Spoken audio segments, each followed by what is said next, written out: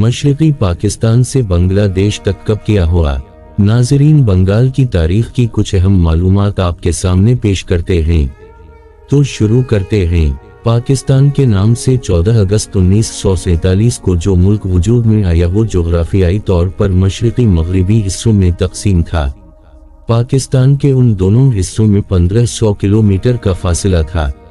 अगरचे पाकिस्तान के क़याम का मुतालबा करने वाली मुस्लिम लीग की बुनियाद मशरक़ी बंगाल में रखी गई थी, लेकिन पाकिस्तान का ये हिस्सा तारीख़ी असबाब की वजह से सियासी व समाजी और सकाफ़ती सतह पर मगरिबी हिस्से से मुख्तलिफ था, जो बाद में इख्तिलाफ़ात का बाइस बना और बांग्लादेश वजूद में आया। इब्तिदा में पाकिस्तान के मशरक़ी सूबे का नाम मशरक़ी बंगाल ही था, जो 1 यूनिट के क़याम के वक्त मशरक़ी पाकिस्तान कर दिया गया था, जो बिलाखिर पाकिस्तान के दोनों हिस्सों की अलहदगी और बांग्लादेश की सूरत में एक नए मुल्क के क़याम का सबब बने। 25 फरवरी 1948 मशरक़ी बंगाल से ताल्लुक़ रखने वाले एक हिंदू रुकन धरीनदर नाथ दत्ता ने मुत्तहिदा पाकिस्तान की दस्तूर साज असेंबली की कार्रवाई में उर्दू के साथ बंगाली के इस्तेमाल के लिए कवायद में तरमीम करने की तहरीक पेश की। इसके जवाब में वज़ीर आज़म लियाक़त अली खान ने कहा कि पाकिस्तान के लिए जद्दोजहद बर्रे सगीर के 10 करोड़ मुसलमानों ने की थी, जिनकी ज़बान उनके बकौल उर्दू थी, और ऐवान ने ये तहरीक मुस्तरद कर दी। बंगाली ज़बान से मुतालिक ऐवान में पेश की गई तहरीक मुस्तरद होने की खबर जब ढाका पहुंची तो इस पर शदीद रद्द अमल सामने आया। इसके बाद जब मशरक़ी बंगाल के वज़ीर आला ख्वाजा नाज़िमुद्दीन ने भी उर्दू को कौमी ज़बान बनाने के हक़ में बयान दिया तो सूबे में एहतजाज शुरू हो गया।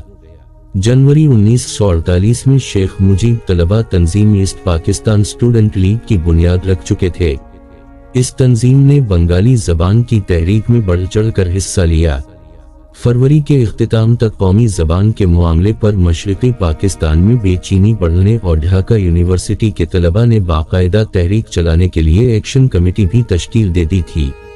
मार्च 1948 बंगाली ज़बान का मसला तनाज़ो की शक्ल इख्तियार कर गया। मशरक़ी बंगाल में तलबा ने पहला एहतजाज किया। 11 मार्च को बंगाली को कौमी ज़बान करार देने के हक़ में मुज़ाहिरा करने वाले तलबा पर पुलिस ने लाठी चार्ज किया।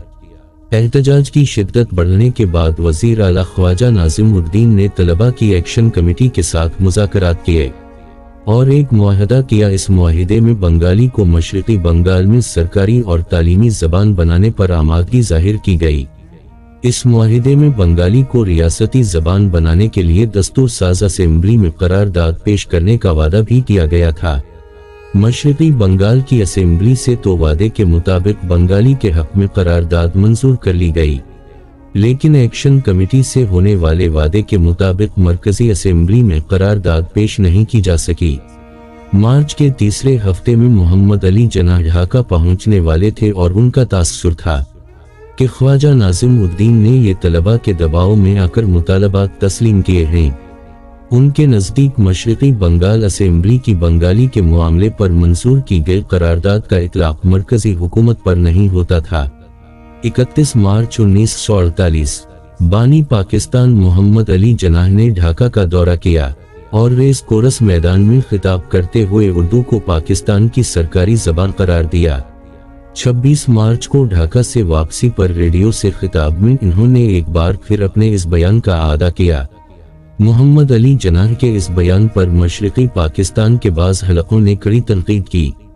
30 जून 1948 मुस्लिम लीग बंगाल में ख्वाजा नाज़िमुद्दीन और मुत्तहिदा बंगाल के साबिक़ वज़ीर आला हसीन शहीद सुहरवर्दी के दरमियान सियासी चुकलिश पाई जाती थी। उसी तरह मौलाना अब्दुल हमीद भाषानी के मुस्लिम लीग की क़यादत के साथ इख्तिलाफ़ात बढ़ गए थे। फरवरी 1948 में बंगाल मुस्लिम लीग की तंजीम 9 के बाद ये मौलाना भाषानी फजल हक और दीगर रहनुमाओं ने मुस्लिम लीग से अलहदगी का ऐलान करके नई जमात अवामी मुस्लिम लीग की बुनियाद रखी। शेख मुजीब रहमान इस वक्त एक तालिब इल्म रहनुमा थे और बंगाली ज़बान तहरीक की वजह से जेल में थे। उनकी गैर मौजूदगी में इन्हें अवामी मुस्लिम लीग का जॉइंट सेक्रेटरी मुंतखब किया गया। 14 सितंबर 1948 मोहम्मद अली जनाह के इंतकाल के बाद मशरिकी पाकिस्तान से ताल्लुक़ रखने वाले मुस्लिम लीगी रहनुमा ख्वाजा नाज़िमुद्दीन मुल्क के दूसरे गवर्नर जनरल बने। 26 जनवरी 1952 ख्वाजा नाज़िमुद्दीन ने वज़ीर आज़म लियाकत अली खान के कत्ल के बाद वज़ीर आज़म बन गए और सीनियर ब्यूरोक्रेट और पाकिस्तान के पहले वज़ीर ख़जाना गुलाम मोहम्मद को गवर्नर जनरल बना दिया। वज़ीर आज़म बनने के बाद इन्होंने एक बार फिर उर्दू को कौमी ज़बान करार देने का ऐलान किया। 21 फरवरी 1952 ख्वाजा नाज़िमुद्दीन के बयान के खिलाफ मशरिकी बंगाल में हड़ताल हुए। ढाका यूनिवर्सिटी में तलबा के एक जुलूस का पुलिस से तसादुम हुआ, जिसमें 8 तलबा हलाक और मुतअद्दिद जख्मी हुए। इस तसादुम में हलाक होने वाले तलबा की याद में ढाका यूनिवर्सिटी में शहीदों के नाम एक शहीद मीनार तामीर किया गया। बाद में अक़वाम मुत्तहिदा ने 21 फरवरी को मादरी ज़ुबानों का आलमी दिन करार दे दिया। फरवरी 1952 शदीद एहतजाज के बाद मशरिकी बंगाल असेंबली ने उर्दू के साथ बंगला को भी कौमी ज़बान बनाने की करारदाद मंजूर कर ली। दिसंबर 1954 मशरिकी बंगाल के इंतखाबात से कबल हसीन शहीद सुहरवर्दी मौलाना भाषानी और शेख मुजीब की अवामी लीग फजल अल हक की करशक सरामक पार्टी बनाई। बाज़ों की जमात गणातंत्री दिल और निज़ामे इस्लाम पार्टी ने मुत्तहिदा महाज या जुब्तू फ्रंट के नाम से 4 जमाती इंतखाबी इत्तेहाद बनाया। मुख्तलिफ फिक्र से ताल्लुक़ रखने वाली जमातों के इस इत्तेहाद ने 21 नकाती प्रोग्राम पर इत्तिफाक किया था, जिसमें बंगाली को सरकारी ज़बान बनाने और 1940 की करारदाद लाहौर के मुताबिक सूबाई खुद मुख्तारी जैसे मुतालबात शामिल थे। मशरिकी बंगाल के सूबाई इंतखाबात में जुब्तू फ्रंट को कामयाबी हासिल हुई और मुल्क की बानी जमात मुस्लिम लीग को शिकस्त हुई। अप्रैल 1954 शीरे बंगाल ए के फजल हक जुब्तू फ्रंट की हुकूमत के वजीर आला बने। वाज़ेह रहे कि ए के फजल हक ने 23 मार्च 1940 की करारदाद लाहौर पेश की थी।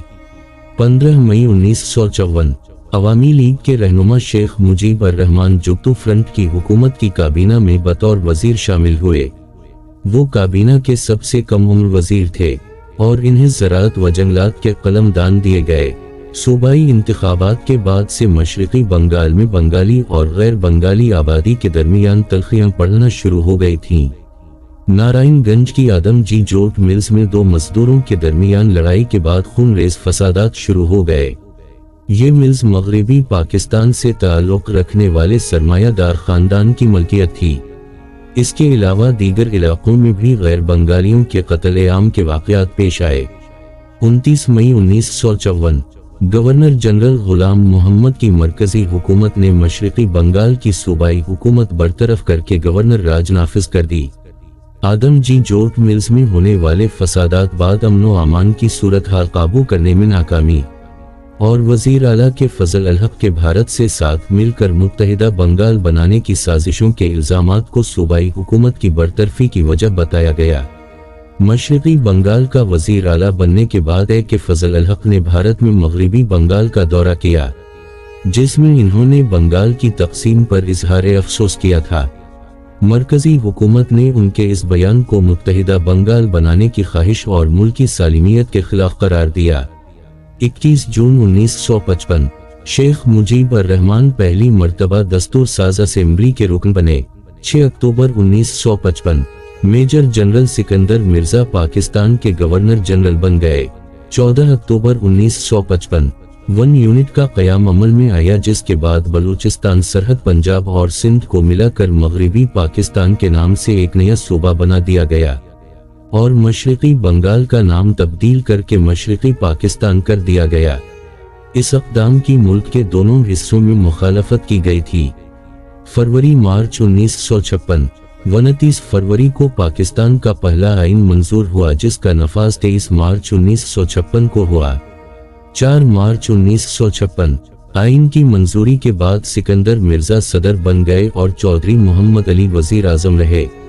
9 मार्च 1956 ए के फजल हक को मशरिकी बंगाल का गवर्नर बना दिया गया। 12 सितंबर 1956 बंगाल के मकबूल रहनुमा हसीन शहीद सुहरवर्दी पाकिस्तान के वजीर आजम बने। 3 अप्रैल 1957 मशरक़ी पाकिस्तान असेंबली में मुकम्मल सूबाई खुद मुख्तारी की करारदाद भारी अक्सरियत से मंजूर हुई। 11 अक्टूबर 1957 सदर सिकंदर मिर्जा ने वजीर आजम हसीन सुहरवर्दी से इस्तीफा ले लिया। 9 जून 1958 सदर सिकंदर मिर्जा ने पाकिस्तान की बड़ी अफवाज के कमांडर उन चीफ जनरल अयूब खान की मुद्दत मुलाजमत में तोसी कर दी। 7 अक्टूबर 1958 आइन साजी के बाद 1957 में इंतखाबात मुनक्किद होना था, जिन्हें सिकंदर मिर्जा ने सदर बनने के बाद 1959 तक मुलतवी कर दिया था। इंतखाबात की सूरत में इन्हें अपने मनसबे सदारत से हाथ धोने का खदशा दरपेश था, इसलिए इंतखाबात मजीद मुलतवी करने के लिए इन्होंने 7 अक्टूबर 1958 को मुल्क में मार्शल लॉ के नफाज का ऐलान कर दिया। 27 अक्टूबर 1958 फौज के दबाव पर सिकंदर मिर्जा सदारत से मुस्तफी हो गए और इक़्तिदार मुकम्मल तौर पर अयूब खान के हाथ में चला गया। मार्शल लॉ में सियासी सरगर्मियों और तलबा तंजीमों पर पाबंदी आयद कर दी गई। मशरक़ी पाकिस्तान में मौलाना भाषानी और शेख मुजीब उर-रहमान समेत सियासी रहनुमाओं को हिरासत में ले लिया गया। जनवरी 1960 अयूब खान ने बेसिक डेमोक्रेटस से एतिमाद का वोट लिया और सदर मुंतखब हो गए। अयूब खान ने इससे कबल मुल्क में बुनियादी जमहूरियत का निज़ाम मुतारफ कराया था। 17 फरवरी 1960 अयूब खान ने पार्लिमानी निज़ाम हुकूमत की नाकामी के बाद मुल्क में नए निज़ाम हुकूमत की तश्कील के लिए जस्टिस शहाबुद्दीन की सरबराही में एक आईनी कमीशन बनाया। कमीशन ने इस सिलसिले में तजावीज़ जुमा करना शुरू कर दी। अयूब खान मुस्तक़बिल के आइन से मुताल्लिक़ अपनी राय पहले ही वाज़ेह कर चुके थे। अयूब खान एक ऐसा निज़ाम हुकूमत चाहते थे जिसमें मरकज़ी हुकूमत हो और सियासी जमातों का वजूद ना हो। दूसरी जानिब मशरक़ी पाकिस्तान में पार्लिमानी निज़ाम हुकूमत और ज़्यादा से ज़्यादा इलाक़ाई खुद मुख्तारी की हिमायत बढ़ने लगी।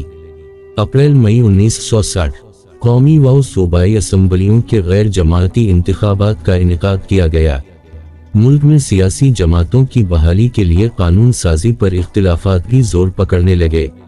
मार्शल लॉ के नफाज के बाद मशरक़ी व मगरबी पाकिस्तान की सियासी जमातों ने मुल्क में जमहूरियत की बहाली का मुतालबा शुरू कर दिया।